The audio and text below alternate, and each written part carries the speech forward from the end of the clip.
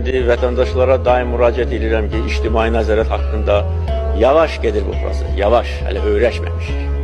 Hələ hesab edirik ki, bəli, orada hansısa icra başçısı bir ağadır, xandır, istədiyini elə bilər, insanları qul kimi işlədə bilər, insanlar da buna dözməlidir.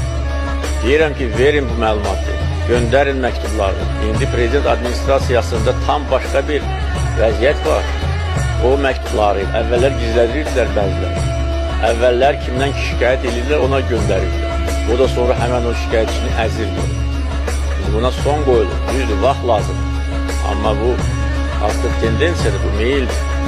Ona görə cəmaət da ictimai nəzarət işində daha fəal olmalıdır. Bir çox məsələlər haqqında məlumatı mən əvvəllər mətbuatdan alırdım. Mənə çatmırdı, izlədirlər, mal alıyırdılar.